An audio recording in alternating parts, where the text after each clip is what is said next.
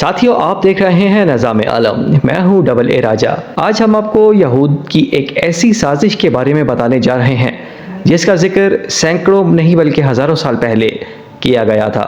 سرخ گائے اور ہیکل سلیمانی۔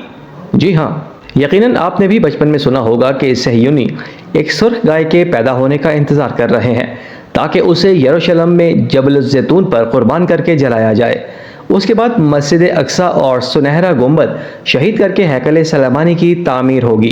اس وقت لگتا ایسے تھا کہ یہ وقت بہت دور ہے، جب تک ہم کہاں زندہ ہوں گے۔ سالوں سے اس گائے کی تلاش جاری تھی۔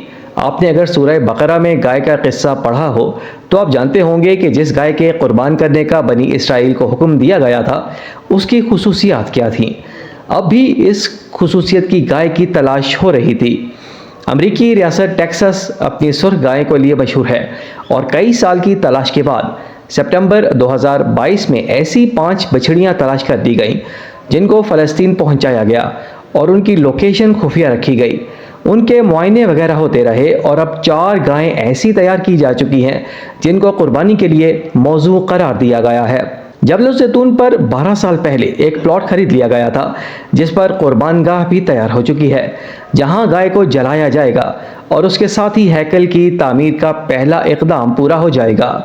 ضروری نہیں ہے کہ اگلی ہی دن تعمیر شروع ہو جائے، مگر رسومات شروع ہو جائیں گی اور یہ قربانی بہت جلد ہوگی، کیونکہ گائے کی عمر 3 سال سے زیادہ نہیں ہونی چاہیے، اور اپریل میں ہی شاید یہودیوں کی عید پر یہ قربان کر دی جائے۔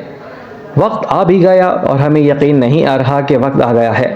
دل تو یہی چاہ رہا ہے کہ یہ سب جھوٹ ہو، مگر پچھلے 5 مہینوں میں فلسطین کے ساتھ جو کچھ ہو گیا اور 52 مسلمان ریاستیں سوائے مذمت اور سفارتکاری کے کچھ نہ کر سکیں، جب مسلمانوں سے یہودی پروڈکٹس کا بائیکاٹ تک نہ ہو سکا، معمولی قربانیاں بھی نہ دی جا سکیں، جہاد تو بہت دور کی بات ہے، اس کے بعد کچھ بھی ممکن ہے۔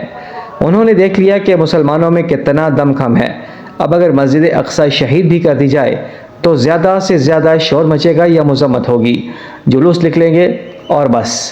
ہیکل سلیمانی کی تعمیر کے ساتھ ہی قیامت کی بڑی نشانیاں بھی شروع ہو جائیں گی، اور پھر بہت تیزی سے ایک کے بعد ایک واقعات ہوں گے۔